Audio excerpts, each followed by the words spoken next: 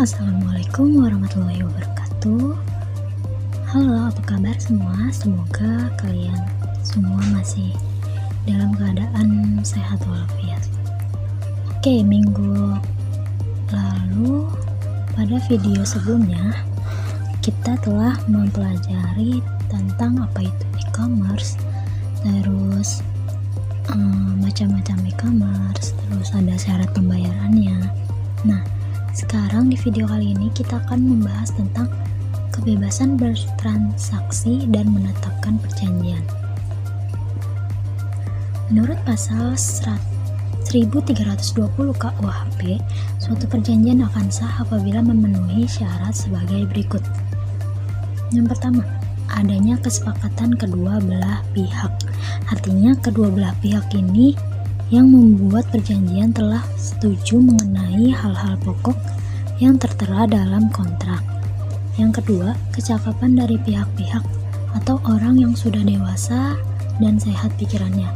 Dan dalam menurut KUHP, usia 21 tahun untuk laki-laki dan 19 tahun untuk perempuan. Yang ketiga, sesuatu yang disepakati dalam suatu perjanjian harus berupa barang atau jasa yang jelas keberadaannya. Yang keempat, suatu sebab yang halal tidak boleh memperjanjikan sesuatu yang dilarang undang-undang. Jadi perjanjian ini harus halal dan diatur oleh undang-undang. Tidak boleh bertentangan dengan hukum, nilai-nilai kesopanan, dan juga ketertiban umum. Next. Lalu kita akan membahas tentang keuntungan transaksi melalui internet atau e-commerce bagi si pembeli. Yang pertama, menurunkan harga jual produk, artinya produk lebih murah. Jadi keuntungan bagi pembeli ini biasanya di e-commerce itu lebih murah harganya daripada di toko-toko yang offline atau nyata. Yang kedua, meningkatkan produktivitas pembeli. Yang ketiga, manajemen informasi yang lebih baik. Biasanya kalau misalnya di e-commerce itu informasi-informasinya itu jelas dan lebih terperinci. Yang keempat, dapat dilakukan sewaktu-waktu. Jadi e-commerce ini bisa dilakukan dengan waktu yang fleksibel, karena ini melakukannya melalui internet. Lalu selain keuntungan bagi pembeli, ada juga keuntungan bagi si penjual. Yang pertama, identifikasi target pelanggan dan definisi pasar yang lebih baik. Biasanya kalau bagi penjual itu pembelinya itu lebih tinggi daripada pembeli yang di nyata. Yang kedua, meningkatkan efisiensi, waktu, biaya, dan tenaga. Nah, kalau e-commerce bagi penjual itu dia bisa hemat waktu, hemat biaya juga, dan juga hemat tenaga. Yang ketiga, mengurangi biaya pemasaran. Nah, kalau bagi penjual ini biasanya pemasarannya itu melalui internet atau melalui bisa sosial media ataupun sebagainya, dan ini bisa mengurangi biaya pemasaran bagi si penjual. Karena kalau misalnya penjual itu berjualan di toko offline, dia pasti memerlukan biaya untuk promosi, untuk transport, dan juga tenaga. Yang keempat, kemajuan dalam penjualan. Yang kelima, peningkatan keuntungan. Biasanya kalau bagi penjual itu tingkat keuntungannya itu lebih banyak pada saat penjualan di online daripada di offline. Next. Selanjutnya kita akan mempelajari tentang tipe transaksi online pada e-commerce. Menurut Kavanivas dan Nadal dalam research paper on contract law menyebutkan tipe transaksi online pada e-commerce sebagai berikut. Yang pertama, ada transaksi melalui chatting dan video conference. Yang kedua, transaksi melalui surat elektronik, surel atau email. Yang ketiga, transaksi melalui website atau aplikasi. Oke, kita bahas lebih lanjut. Transaksi melalui chatting atau video conference. Pasti kalian pernah melakukan atau pernah membeli sesuatu melalui sebuah sosial media. Contohnya di Instagram. Nah, di Instagram itu banyak juga yang para online shop gitu. Nah, itu kalian melakukan sebuah transaksinya itu melalui chattingan ataupun video conference melalui media di Instagram. Nah, transaksi yang dilakukan dengan model dialog interaktif melalui jaringan internet. Nah, dalam kegiatan chatting ini, proses dialog dilakukan menggunakan sosial media tadi. Nah, biasanya apa aja sih sosial medianya? Oke, bisa Facebook, bisa Instagram, bisa Twitter, bisa WhatsApp, dan sebagainya. Next, yang kedua adalah transaksi melalui surat elektronik, surel ataupun email. Transaksi internet ini juga dapat dilakukan melalui surat internet elektronik ataupun email. Jadi para pihak yang melakukan transaksi model tersebut harus memiliki alamat email terlebih dahulu.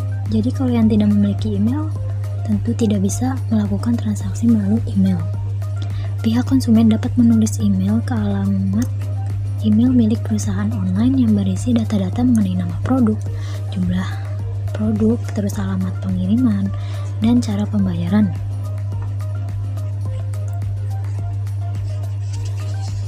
Kemudian pihak perusahaan selanjutnya akan menjawab email konsumen tadi dan memberikan konfirmasi tentang pesanan order barang yang diinginkan konsumen yang dikirim melalui email.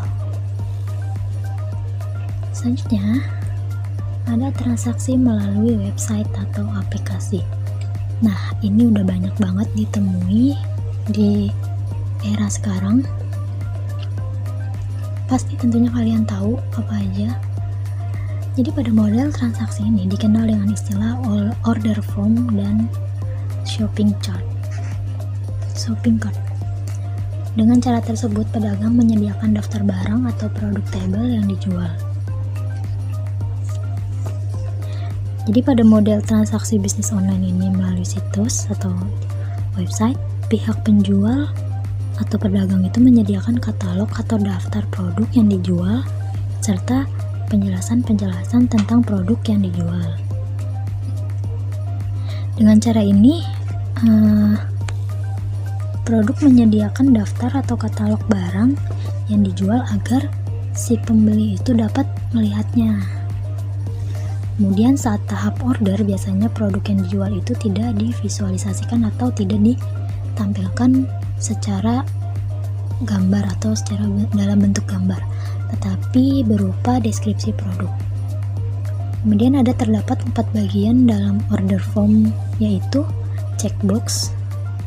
Checkbox ini dibuat untuk memberi kesempatan kepada konsumen untuk memiliki produk yang ditawarkan dengan mengklik kotak tersebut sehingga bertanda cek. Jadi seperti di Shopee, kita memasukkan ke dalam keranjang. Lalu ada penjelasan produk yang ditawarkan, kemudian kuantitas barang yang dipesan, dan yang terakhir ada harga setiap produk. Nah, untuk jenis dari transaksi melalui website atau aplikasi ini udah banyak. Nah,